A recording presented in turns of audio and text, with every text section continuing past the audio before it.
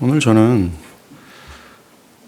고통당해야 마땅한 죄인이 그 죄 사함을 받을 뿐만 아니라 초월적인 평안을 누리게 된다라고 하는 이 기독교의 핵심적인 진리를 여러분들에게 말씀드리고자 합니다.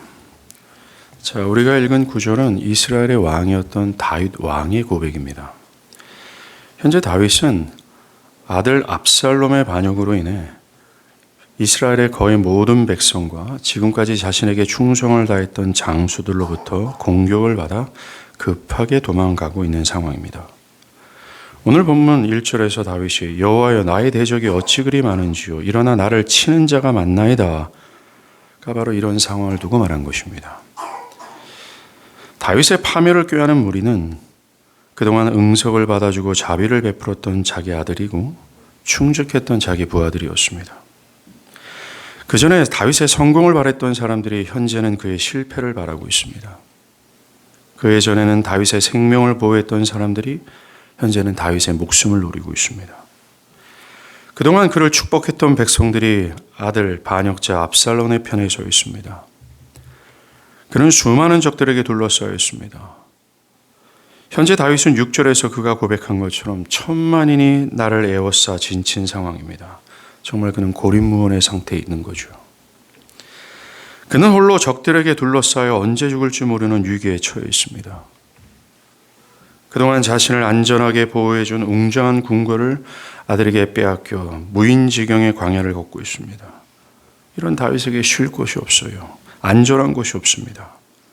언제 그의 삶이 무너질지, 언제 적들로부터 살해를 당할지 모르는 불안감이 그를 엄습했을 것이라 예상할 수 있습니다.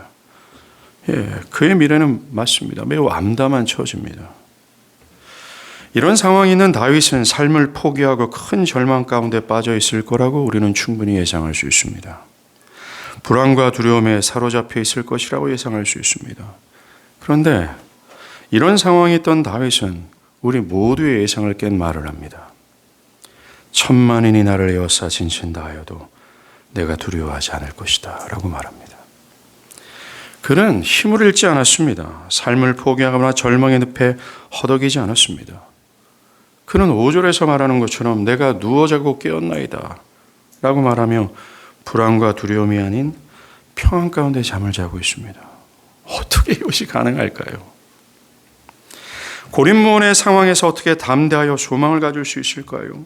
쉼이 없고 두려운 상황에서 어떻게 의연하고 평안을 누릴 수 있을까요?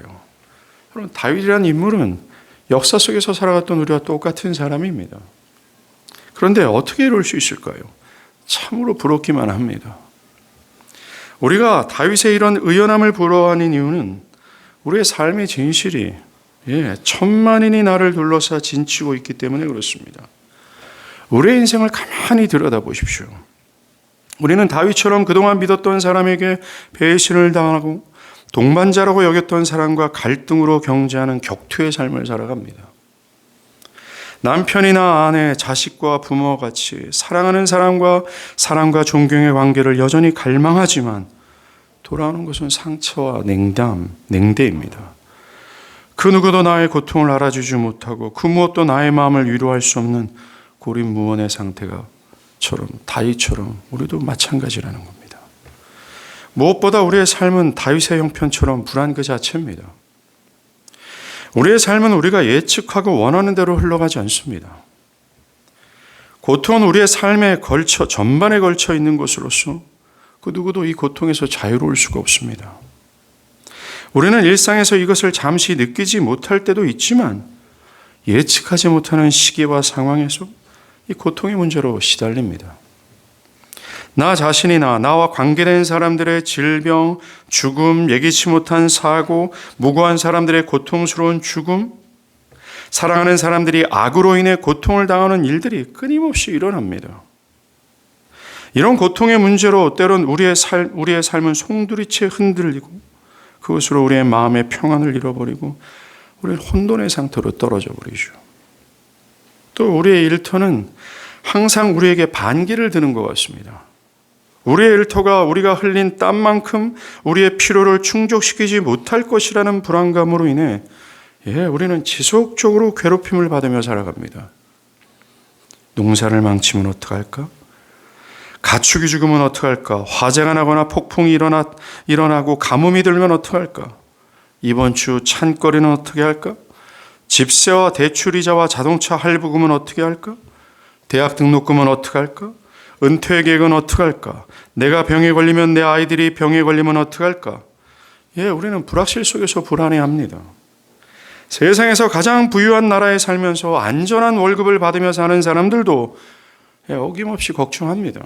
그 누구도 예외가 될 수 없습니다.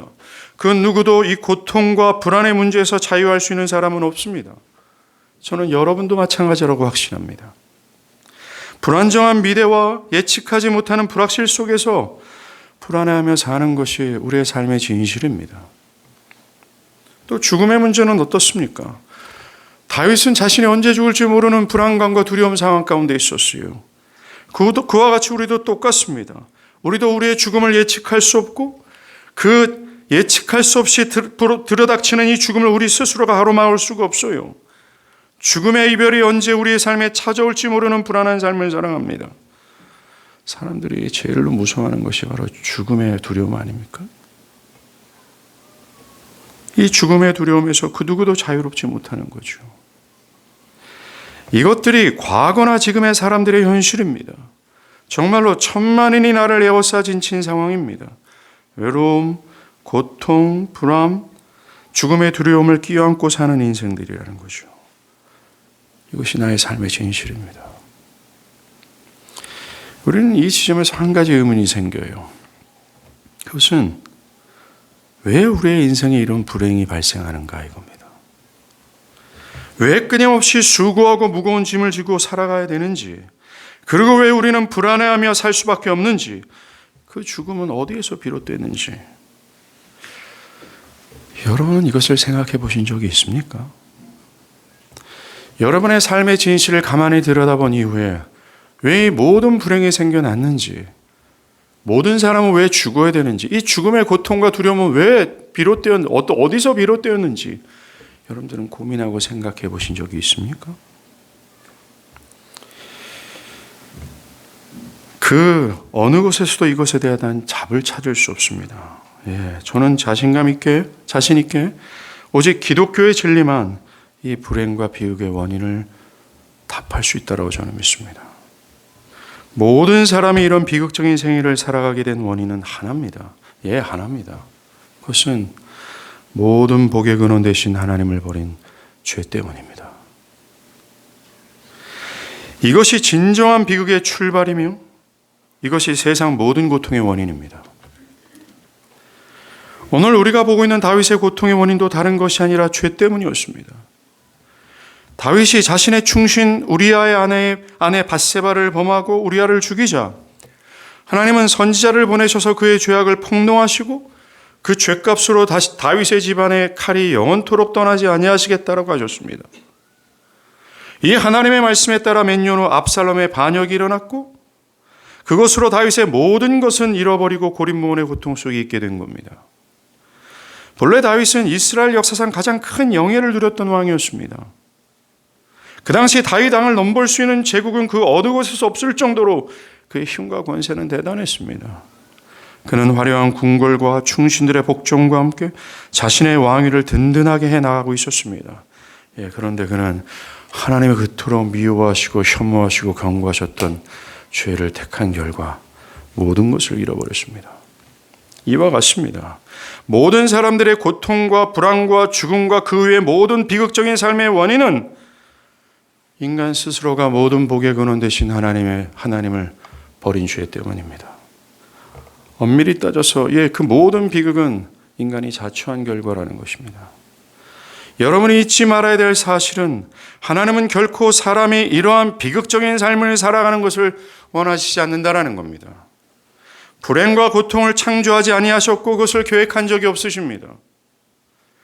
하나님이 본래 창조한 세상은 이러지 않았습니다. 지금과 같지 않았습니다. 하나님이 창조한 세상은 완전했습니다. 하나님은 인간을 사랑하셨고 인간도 하나님을 사랑하며 친밀한 관계 속에 있었습니다. 이 속에서 인간은 격투와 외로움이 없는 삶을 살았고 불안과 죽음의 공포가 없는 완전한 평안과 기쁨과 영원한 생명을 누리는 삶을 살았습니다. 어떤 결핍도 존재하지 않았고 오직 풍요와 사랑만이 가득했습니다. 하나님과 친밀한 관계 속에서 말이죠. 그런데 그렇게 완전한 세상이 왜 이렇게 되었을까요? 죄 때문이었습니다. 스스로 모든 복의 근원 되신 하나님을 떠난 죄였습니다. 본래 하나님으로부터 지음을 받은 인간은 하나님 앞에서 자신이 먼지임을 자각하고 자신의 창조주이신 하나님의 명령에 순종해야 했습니다. 그리고 하나님 없이는 존재할 수 없고 생존할 수 없다는 마음으로 하나님을 전폭적으로 의존해야 했습니다. 그럴 때 인간은 하나님이 주시는 완전한 행복과 안식을 누릴 수 있습니다. 이 원칙은 지금도 마찬가지입니다. 이 논리는 지금도 마찬가지라는 것이죠. 그런데 인간은 영원하신 하나님을 버리고 자신이 하나님 되고자 했습니다. 자신의 창조주와 주인 되신 하나님을 버리고 하나님의 뜻에 순종하기보다는 자신의 견해와 육체의 욕심에 따라 살기로 결정했습니다. 하나님이 없이도 능히 존재할 수 있고 생존할 수 있다는 교만에 빠졌습니다. 모든 복과 생명의 근원이 되시는 하나님을 버림으로 인간은 그 영광과 영예를 다 잃어버렸습니다. 그것이 불행의 시작입니다. 그것으로 모든 것이 엉망진창이 된 것입니다. 모든 완전한 행복과 기쁨을 다윗이 잃어버린 것처럼 모든 인간은 죄로 인해 모든 것을 잃어버렸습니다. 인간은 다윗처럼 자신이 살던 궁궐과 같은 에덴을 잃어버렸습니다. 하나님 안에서의 복과 행복을 잃어버리고 무인지경의 광야를 헤매는 다윗 같은 저주가 된 겁니다. 쉼이 없어졌습니다. 안식처가 없습니다. 나아가 죄를 지은 대가로 인해 그들은 영원한 형벌과 죽음 아래 있게 된 것이요. 저는 여러분들에게 질문해 드리겠습니다. 여러분들은 지금 행복하십니까? 여러분들은 그 행복이 현재와 미래에도 계속해서 지속되어질 거라는 자신이 있으십니까? 내 삶에 이 죄의 결과로 나타났던 그 어떤 비극과 불행과 고통도 없을 거라는 확신이 여러분 가운데 있습니까? 현재 이 세상이 왜 이렇게 되었는지, 또 여러분들의 삶에 언제 찾아올지 모르는 이 고통이 왜 발생됐는지, 왜 우리가 죽음 가운데 두려워해야 되는지를 이제 아시겠습니까? 현재 여러분들이 죽음을 두려워하고 또 미래에 대한 불안함과 불확실 속에서 고통 가운데 있고 내일을 걱정하는 삶을 살아가야 된다면 바로 여러분들이 하나님을 잃어버리고 있는 상태임을 깨닫길 바랍니다. 이처럼 하나님을 버린 죄가 이 세상의 모든 고통을 초래한 겁니다. 그러하게 모든 인간에게 필요한 것은 뭐겠습니까? 이 모든 고통의 원인이 되는, 여러분의 미래를 죽음으로 이끄는 이 죄를 해결해야 합니다. 죄를 용서받고 하나님과 친밀한 관계를 회복해야 합니다. 사실 이것이 얼마 남지 않은 여러분의 생애에서 가장 시급한 문제입니다. 여러분에게 가장 시급한 문제는 바로 이겁니다. 죄의 사함을 받아 하나님과 화목하게 되는 것이죠. 그래서 기독교의 위대했던 사도 바울은 내가 너에게 간청하노니 가장 먼저 너희가 하나님과 화목하게 되라라고 우리에게 권면한 겁니다. 여러분에게 필요한 것은 여러분이 찾고 있는 돈이나 성공이 아니에요. 더 근본적인 것에 있습니다. 필요한 것이 은과 금이 아니라 이 짧은 생애에서 남부럽지 않은 삶을 살아가는 것이 아니라 이 죄의 용서를 받고 하나님과 친밀해지는 겁니다. 하나님과 관계를 화목하게 하는 겁니다. 모든 고통의 원인을 제거하는 겁니다. 그래서 시편 32편 기자는 죄사함을 받는 자가 복이 있도다라고 한 겁니다. 이것은 하루빨리 필요한 것이죠. 그런데 안타깝게도 사람들은 이 가장 시급한 문제, 모든 고통의 원인이 되며 나의 현재와 영원한 미래까지 암울한 고통과 비극을 가져다 줄 이 죄를 해결해야 되는 이 문제에 대해서 관심이 없습니다. 심지어 알지도 못합니다. 사람들은 자신 앞에 영원한 죽음이 닥쳐 있음에도 불구하고 그저 지금 현실만 집중합니다. 현재라는 차 한 대에 씌어서 앞만 보고 달리는 말과 같습니다. 자신을 위해 하나님의 저주가 있고 자신 위에 하나님의 저주가 있고 심판이 기다리고 있음을 모릅니다. 이 불행에서 자유할 수 있는 길이 있음에도 불구하고 이것에 대해서 무관심하지요. 이런 사람들을 향해 성경이 말합니다. 시편 4절에 악인은 그의 모든 사상에서 하나님이 없다 하나이다. 예. 성경에서 정의하는 악인은 하나님이 없다 말하는 사람이라고 말합니다. 그들은 공통된 생각을 가지고 있습니다. 주님의 심판은 너무나 멀어서 그들에게 보이지 않으니 악인은 오히려 코웃음만 칩니다. 죄로 인해 생긴 이 영원한 형벌과 죽음이 없다 한다라는 것이요. 그것을 우습게 여긴다라고 말합니다. 그저 현실에만 집중한다라고 말합니다. 무슨 소리 합니까? 무슨 미친 소리를 합니까? 무슨 영원한 형벌과 죽음이 내 앞에서 기다린다고 얘기합니까? 라고 말한다고 말합니다. 그런 마음속으로 내가 망하는가 두고 봐라. 나에게 불행과 저주란 없다라고 말합니다. 성경은 이런 사람을 악인이라고 정의합니다. 악인은 하나님을 부인합니다. 무엇보다 성경에서 이미 경고했던 모든 비극과 고통과 영원한 죽음이 없다라고 얘기합니다. 나에게는 그런 불행이, 나에게는 그런 비극이 닥쳐오지 않을 것이라고 생각합니다. 저는 여기에 그런 분들이 있다라고 저는 확신합니다.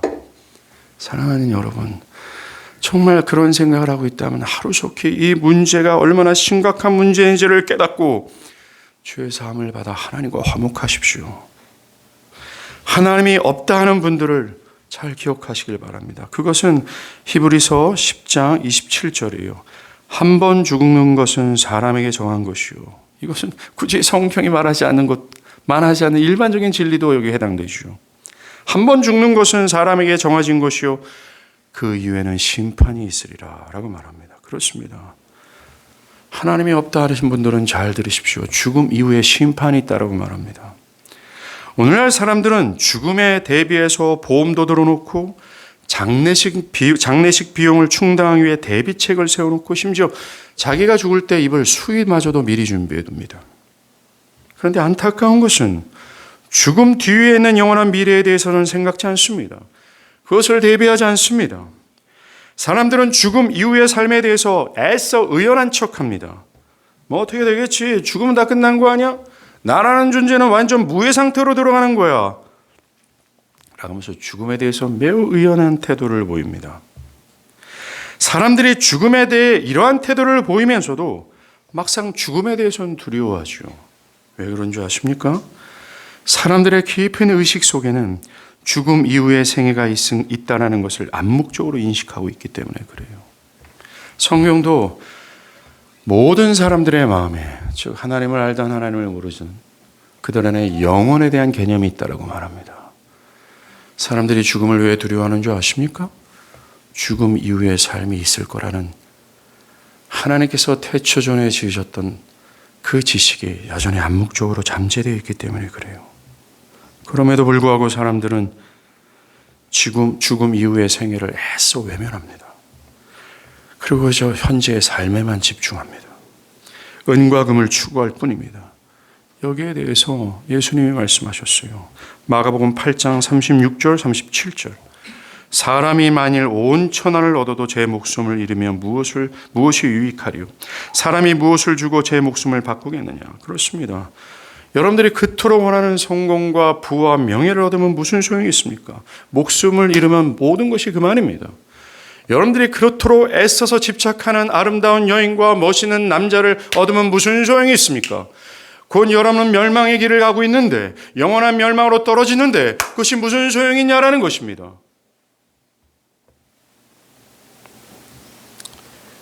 여러분들의 인생의 끝이 오기 전에 이 문제를 해결해야 합니다. 그렇다면 어떻게 죄사함을 받을 수 있습니까? 죄사함이 중요하다고 얘기한다면 그 길이 무엇입니까? 착한 일을 많이 한다면 죄사함을 받을 수 있을까요? 매우 도덕적인 삶을 살아가는 것이죠. 욕도 안 하고 다른 사람에게 해코지도 안 하며 양심적으로 누가 보지 않더라도 법을 준수하는 사람이라면 죄사함을 받을 수 있을까요? 아니면 교회를 열심히 다니고 모든 예배에 충직하게 참석하면 죄사함을 받을 수 있는 것일까요? 절대로 그렇지 않습니다. 죄의 사함을 받을 수 있는 길이 무엇일까요? 그것은 하나입니다. 수고하고 무거운 짐진 자들아. 누구를 부르고 있는 겁니까? 죄로 인해서 비극적인 삶을 살아가는 사람들, 그 고난 속에서, 고통 속에서 정말 수고하고 날마다 무거운 짐을 지고 살아가는 하나님을 버린 모든 죄인들을 부르는 이가 있습니다. 수고하고 무거운 짐진 자들아, 다 내게로 오라. 내가 너희를 쉬게 하리라. 라고 말씀하신 예수를 믿는 거예요. 예수님은 쉼이 사라진 인생들에게 쉼을 주겠다 초대합니다. 쉬게 하라는 말씀은 모든 불행의 원인인 죄를 해결하시고 하나님과 화목하게 하시어 첫 인간이 가졌던 완전한 안식을 주겠다라는 말씀이에요. 죽음 이후의 죄의 형벌과 영원한 심판에서 구원하겠다라는 겁니다. 우리 주님은 단지 쉬는 방법을 알려주시겠다라고 하지 않습니다. 쉴 수 있는 길로 우리를 인도하겠다라고 하지 않습니다. 그는 직접 쉼을 주겠다라고 말해요. 죄 사함을 주겠다, 안식을 주겠다, 영원한 삶을 주겠다라고 말하는 겁니다. 우리는 이 제안에 집중할 필요가 있어요. 이 한 구절에 예수님 자신을 스스로 가리켜 내게로 내가 두 번이나 언급하셨어요. 예수님 자신이 수고하고 무거운 이 비극적인 삶을 살아가는 자들이 죄 사함을 받아 영원한 안식으로 들어갈 수 있는 유일한 길임을 말씀하시고 강조하는 겁니다. 오직 나뿐이다. 그렇다면 도대체 예수가 누구길래, 뭘 했길래 오직 예수만이 죄의 사함을 받을 수 있는 길이라고 말씀하시는 걸까요? 그 모든 죄를 종식시키고 모든 불행의 원인을 제거하시고 우리를 영원한 삶으로 인도하시겠다라는 것일까요?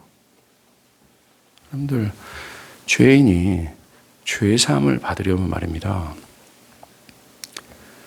지은 모든 죄의 값을 지불해야 돼요. 오늘날 이 세상의 법도 벌칙금을 내든지 몇 년 동안 감옥에 수감되어 있든지 때로는 사형이라는 죄값을 지불할 때만이 그 죄가 사라지는 것처럼 그 공의롭고 거룩하신 하나님도 마찬가지입니다. 하나님은 우리의 죄를 그냥 확 묵인시키는 분이 아니라는 걸 기억하십시오. 그 공의롭고 거룩하신 하나님은 그 죄를 기필코 그 죄값을 지불하는 형벌을 내리시는 분이라는 사실을 기억해야 합니다. 그러하기에 인간이 죄 사함을 얻으려면 그 죄값에 대한 값을 지불해야 돼요. 그런데 문제가 뭔지 아십니까? 인간 스스로가 죄값을 지불한다고 할 때 그 길은 오직 하나예요. 지옥이라는 겁니다. 영원한 삶 속에서 영원히 고통과 형벌을 받는 길이에요. 그래서 예수였습니다. 우리가 할 수 없는 그 일을 하나님은 그리스도 예수, 당신의 하나밖에 없는 아들 안에서 이 일을 행하셨어요. 예수님은 온 우주를 창조하신 하나님이십니다. 그리고 그 위대하신 분이 자신을 반역한 죄인들의 죄를 해결하시고자 하나님과 화목하게 하시고자 하늘의 영광을 버리고 이 땅에 오셨어요. 이 땅에 오신 예수님은 자신을 믿는 자들의 죄를 해결하시고자 그들의 모든 죄짐을 짊어지셨습니다. 그리고 그 죄인들이 받아야 될 모든 죄에 대한 형벌과 저주를 하나도 남김없이 대신 다 받으셨습니다. 여러분들의 십자가의 이야기는 잘 들어보셨을 거라고 저는 생각합니다. 2000년 전에 하나님은 우리의 모든 죄를 해결하고자 앞으로 그리스도를 믿을 모든 죄인들의 죄를 해결하고자 아들 예수를 가장 추악한 죄인이 걸려야 될 십자가에 거셨어요.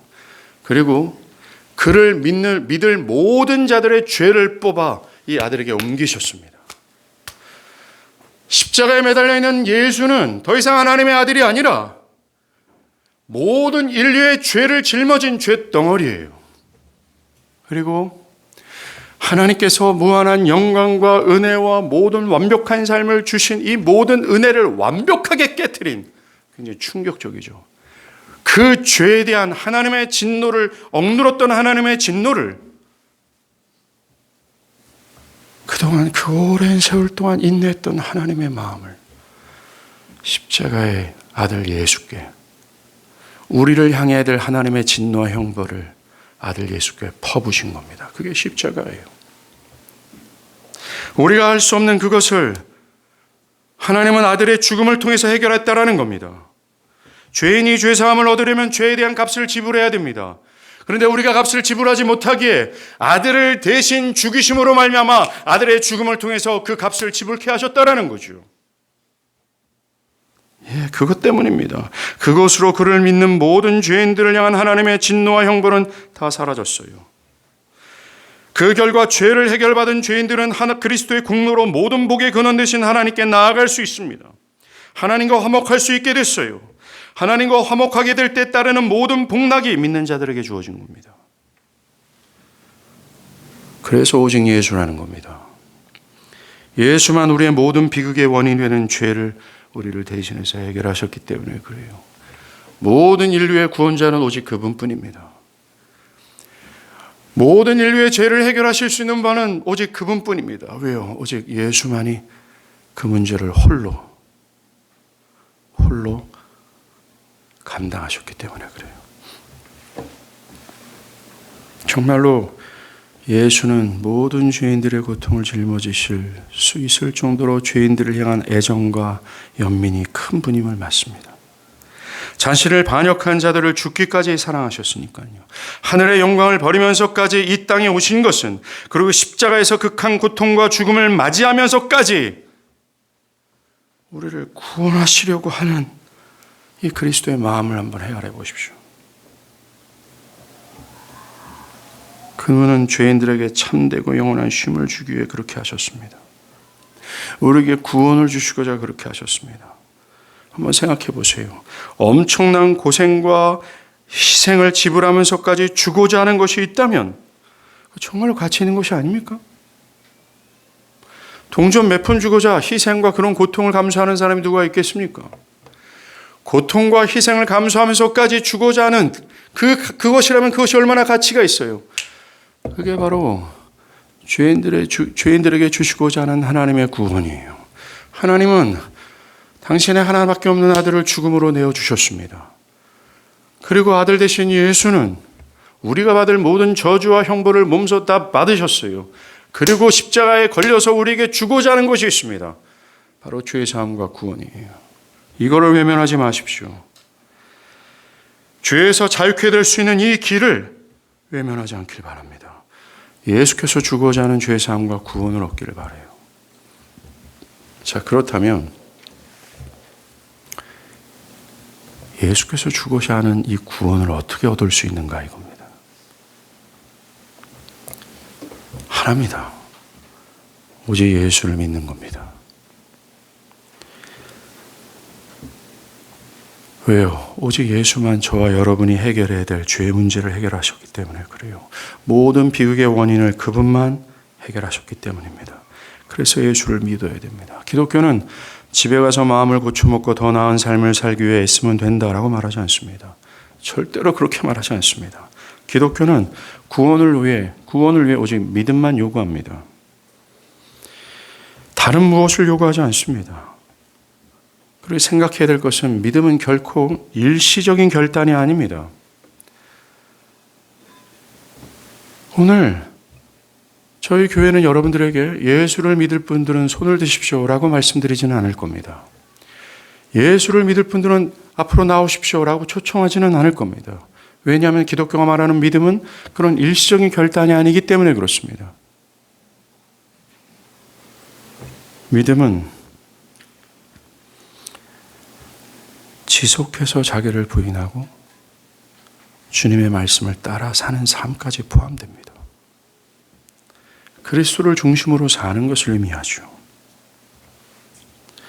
기독교가 여러분에게 믿음을 요구하는 것은 여러분의 삶에 제약을 주기 위해서가 아니라 참된 자유와 행복을 주기 위해서입니다. 영원한 것을 위해 영원하지 않는 것을 버리라는 거예요. 영원한 것을 위해 썩어질 것을 버리라는 것은 유협이 아니라 참된 지혜입니다. 여러분이 그리스도를 참되게 믿는다면 여러분의 죄가 어떠하든지 상관치 않고 하나님은 여러분들의 죄를 사하시고 여러분과 화목하게 하실 겁니다.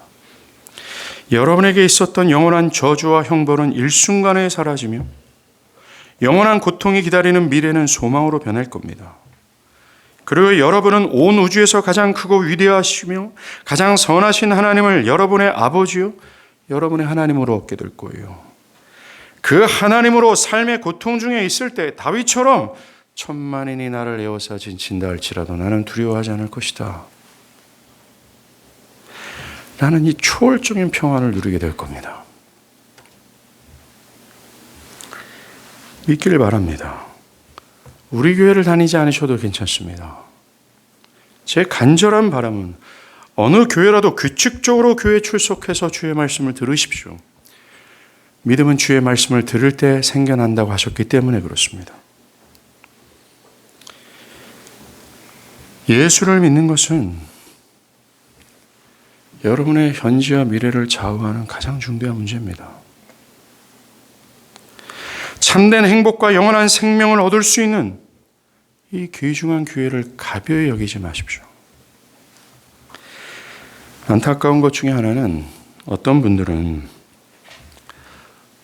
믿음으로 말미암아 하나님께서 그 어떠한 죄든지 어떠한 부끄러운 과거인지 다 사하시고 깨끗게 하신다는 사실을 믿지 않고 나는 너무나 큰 죄를 저질렀고 부끄러운 과거가 있어서 나는 죄사함을 받지 못할 거예요. 아무리 내가 믿는다 할지라도 나는 구원받지 못할 거예요. 라고 생각하는 분들이 있습니다. 오늘 본문의 다윗을 보십시오. 여러분들 현재 다윗이 느끼는 이 무거운 마음은요. 죽음에 대한 두려움 있을 수 있죠. 불안함, 안식이 없는 그럴 수 있습니다. 그런데 다윗이 느끼는 가장 무거운 마음은 바로 죄책감이었어요. 정죄라는 겁니다. 다윗은 현재 압살롬의 반역이 자신의 그런 극한 악행으로 인한 하나님의 심판이라는 것을 알고 있었습니다. 그가 저지른 죄악은 최악이었습니다. 정말 다윗의 왕자를 보호하기 위해서 목숨을 걸고 모든 전쟁터에서 앞장섰던 우리아, 자신의 충신 중에 충신 우리아의 아내, 우리아가 자신을 대신해서 전투에 그 치열한 전쟁 가운데 있을 때 다윗은 편안한 궁궐에서 우리아의 아내의 벗은 모습을 봤어요. 그리고 그 우리아의 아내 밧세바를 궁궐에 초청하여 그를 범했습니다. 이 사실이 들통날까봐 자신의 종을 취하여 우리아를 전장 가장 맨 앞에 세워서 죽게 한 장본인이 바로 다윗입니다. 그는 살인자였습니다. 그는 간음자였습니다. 그는 속이는 자였고 배신자였습니다. 이런 자신의 죄로 인해 이런 고통을 받는 것이라면 그는 공의로우신 하나님께서 나의 죄를 용서하지 않을 거야 라고 충분히 생각할 수 있습니다. 오늘 본문 2절에서도 다윗을 반역한 압살롬의 편에 선 사람들이 뭐라고 얘기합니까? 다윗 저 인간 구원받지 못할 거야. 예, 그래요. 이스라엘 전반적인 모든 여론, 자신을 대적하여 자신을 죽이려고 하는 모든 대적자들도 다윗은 구원받지 못할 거야라고 말하면서 다윗이 지금 고난을 받는 이유는 그런 특별한 추악한 죄의 결과라고 사실을 알고 있었어요. 적들도 그걸 알고 있었습니다. 다윗의 정죄감이 얼마나 컸을까요? 죄책이 얼마나 컸을까요? 그래서 다윗마저도 나를 하나님이 구원하지 않을 거라는 의식을 충분히 가질 수 있습니다. 다윗이 그런 상황인 거죠. 그는 부끄러움으로 하나님께 고개를 들지 못하는 처지가 된 겁니다. 어떤 분들은 다윗처럼 자신이 저지른 죄가 크기에 하나님은 자신을 구원하지 않을 것이라고 생각하며 스스로 정죄를 받습니다. 자신의 과거는 부끄럽기 짝이 없어요. 누가 보더라도 자신의 과오는 크기에 절대로 나는 용서받지 못할 거야. 아무도 모르지만 비밀스러운 나의 비밀이 있어요. 그 추악함이 너무나 커서 공의로우신 하나님 나를 구원하지 않을 거예요. 스스로 생각해버리는 사람들이 있습니다. 또 한동안 교회를 막 다니다가 코로나나 여러 가지 일들로 인해 교회를 떠나고 신앙과는 무관한 삶을 살아가셨던 분들도 이런 마음을 가질 수 있습니다. 나는 신앙을 떠나고 하나님을 배반했는데 내가 어찌 하나님께 용서를 받을 수 있을까? 하나님이 나를 받아주지 않을 거야. 이 생각에 사로잡힐 수 있습니다. 그런데 말입니다. 이것은 하나님에 대한 엄청난 오해입니다. 샘솟듯 하는 피곤새 한없이 크도다라는 찬양을 작사했던 윌리엄 쿠퍼는 그리스도의 속죄는 어떤 죄인이든 어떤 부끄러움이든 상관없이 그 모든 부끄러움과 죄를 씻을 만큼 풍성하다고 소리쳤습니다. 하나님의 아들 예수의 죽음은 모든 죄를 용서할 만큼 위대하고 힘이 있어요. 그의 죽음 앞에서 용서받지 못할 죄는 단 하나도 없습니다. 문제는 우리가 믿지 않는 것이겠죠. 하나님은 믿는 자들 중에 이 사람은 죄를 조금 지었으니 용서하고 이 사람은 심각한 죄를 지었으니 용서하지 못하겠다 하는 분이 아닙니다. 하나님이 그러한 분이 아님에도 불구하고 사람들은 스스로 하나님을 나름대로 설정합니다. 그래서 그런 하나님은 나를 용서하지 않을 거야 라고 정해버리죠. 아닙니다. 하나님은 믿는 자라면 그가 어떤 과거의 과오를 저지르고 부끄러운 죄악을 저지르고 아무도 모르는 은밀하고 비밀스러운 추악함을 내가 갖고 있다 할지라도 그리스도를 믿는다면 그를 완전하게 사하시며 당신의 자녀로 삼으시는 하나님이세요. 다윗을 다시 한번 생각해 보겠습니다. 그는 현재 큰 죄책감에 짓눌려 있어요. 이 특별한 죄를 저지른 정죄에 그는 전 인격이 꽁꽁 묶여져 있습니다. 그래서 그는 하나님을 향해 고개를 못 들 정도로 부끄러운 처지에 있어요. 자신의 죄악으로 인해 자신의 삶은 다 무너졌습니다. 모든 것을 다 잃어버렸습니다. 그 영광이 어디에 있는지, 그 풍요로움과 그 안식이 어디 있는지 다 잃어버렸습니다. 그런데 이 살인자요 간음자가, 이 배신한 추악한 죄인이 하나님께 용서를 받습니다. 그뿐만 아니라 거룩하신 하나님께서 자신의 편이 되신다고, 이 고통 중에서 자신을 지키시고 보호하신다라는 믿음을 가지고 있어요. 그는 확신을 넘어서 평안 속에 있습니다. 그는 하나님이 자신의 하나님이라고 확신할 수 있어요. 확신하고 있습니다. 그렇다면 이게 어떻게 가능하다는 얘기일까요? 다윗은 우리가 읽은 본문 1절과 2절에서 자신의 상황을 하나님께 호소했어요. 자기를 죽이려는 자가 너무나 많습니다. 내 고통 가운데 있습니다. 나는 고개를 들지 못합니다. 나는 부끄럽습니다. 나는 모든 쉼을 다 잃어버렸습니다. 그 모든 것이 나의 죄 때문입니다. 불안과 고통도 있지만 그 죄에 대한 죄책감과 정죄가 그를 막 짓눌렀어요. 그런데 한번 성경을 보세요. 1절과 2절. 2절 끝에 가로치고 뭐가 있습니까? 셀라가 있죠. 여러분들, 이 셀라는 쉼표입니다. 그래서 셀라는 거기서 멈추고 잠시 생각하라 라는 의미가 있어요. 예, 그는 자신의 그 비참하고 비극적인 삶 속에서 불안해하고 두려워했어요. 그리고 내가 이 모든 불안과 비극이 나의 죄로 인해 생겨난 것이라는 때문에 정죄감에 꽉 눌려져 있어요. 가슴이 답답하고 암담합니다. 그때 셀라한 거예요. 멈추고 잠시 생각한 겁니다.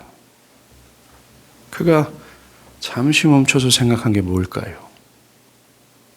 하나님이에요. 그는 하나님을 생각하고 묵상했습니다.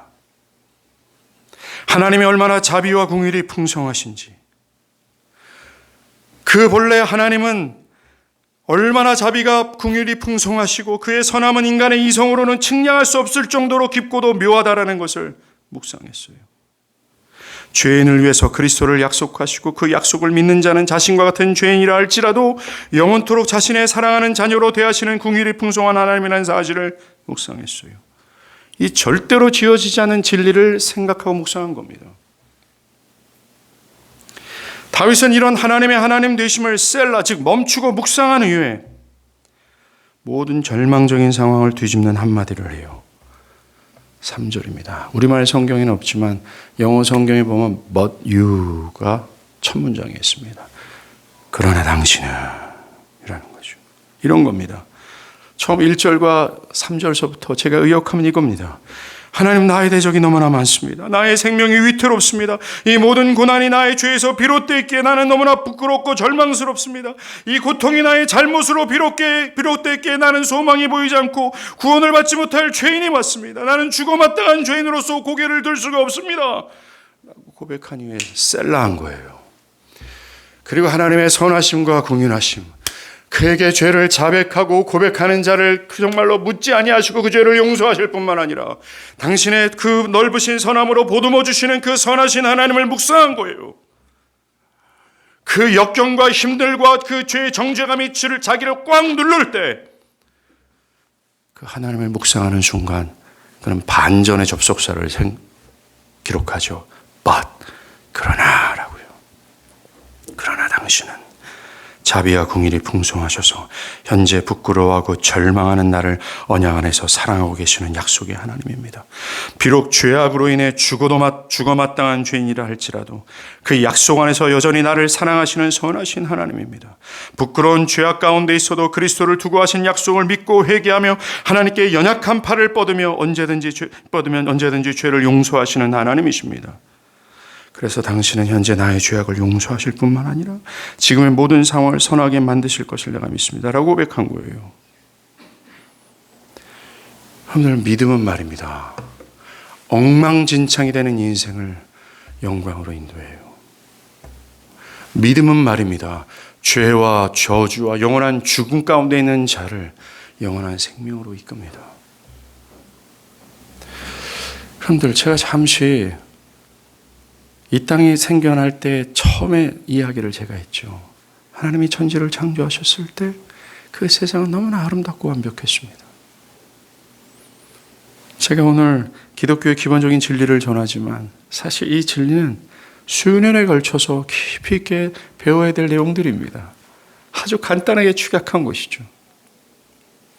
그 처음의 창조는 너무나 아름다웠어요. 그리고 하나님이 인간을 모든 피조물 중에서 가장 으뜸이며 심지어 하나님의 형상대로 지어줬고 그는 마치 분봉왕처럼 온 우주를 다스릴 수 있는 권력 또한 권위 또한 힘 또한 하나님이 그에게 주셨습니다. 굉장하죠. 그런데 저는 하나님이 천지를 창조하시고 하나님이 그런 아담에게 그런 영광을 줬다라는 사실도 충격적이지만 더 충격이 뭔지 아십니까? 아담이 그것을 버렸다라는 것에 충격을 받아요.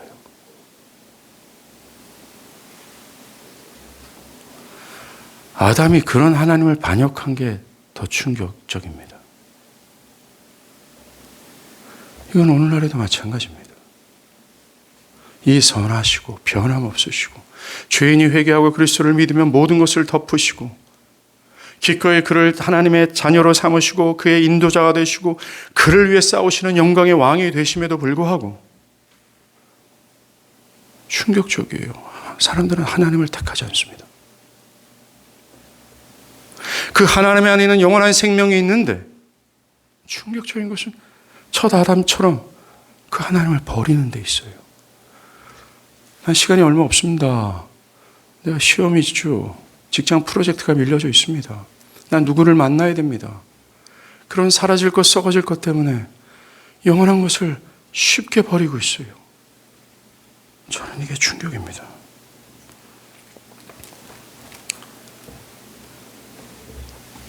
But you. 다윗은 엄청난 역전을 맛봤습니다. But you. 이 은혜는 믿음으로 소유할 수 있어요. 그리스도를 믿으십시오. 여러분들, 격투의 세상을 살아가는 여러분, 언제 찾아올지 모르는 이 고통, 그리고 예측하지 못하는 불행 속에서 살아가는 여러분, 여러분이 어떻게 하나님 없이 살아갈 수 있을까요? 저는 그게 제일 두렵더라고요. 제가 차를 타고 가면서 어떤 형제한테 말했어요. 하나님 없이 살아가는 분들은 어떻게 살아갈 수 있지? 이런 불안과 염려와 불행의 삶에서 하나님 없이 어떻게 살아갈 수 있지?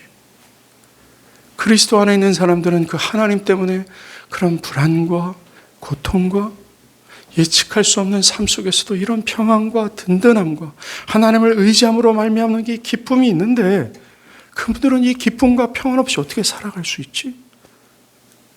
너무 안타깝더라고요. 사랑하는 여러분, 그리스도를 믿으십시오. 그래서 이런 선하신 하나님을 좀 가지십시오.